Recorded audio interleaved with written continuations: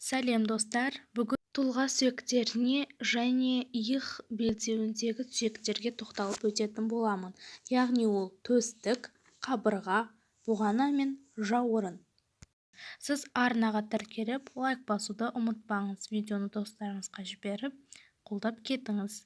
Бірінші мен бұғана туралы айтатын боламын. Бастайық.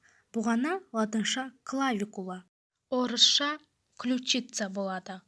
Иық белдеуін құрайтын сүйектің бірі.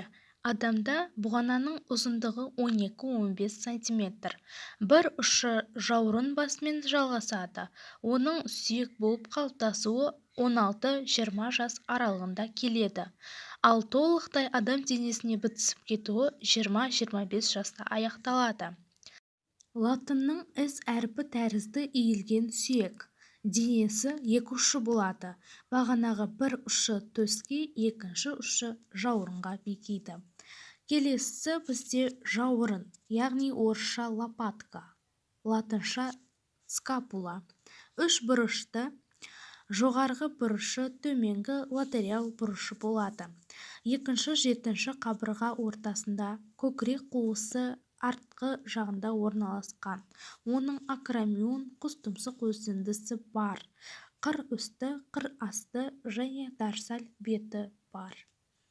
Келесі бізде төстік.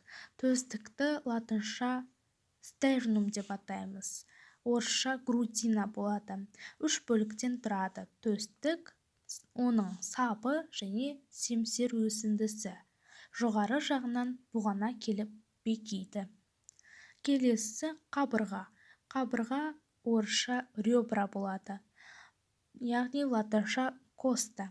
12 жұп иілген ұзын сүйектер. Екі ұшы бар. Омыртқа ұшы және төстік ұшы. Қабырғаны үш топқа бөліп қарастырамыз. Ол бірінші жеті жұпы негізгі қабырға деп аталады. Одан кейінгі үш жұп қабырғаны жалған қабырға деп атаймыз. Және соңғы екі қабырғаны кезеген қабырға деп бөлеміз. Осымен достар, бізде тұлға сүйектері бітеді. Сіз арнаға тіркеліп, лайк басуды ұмытпаңыз. Міндетті түрде тіркеліңіз.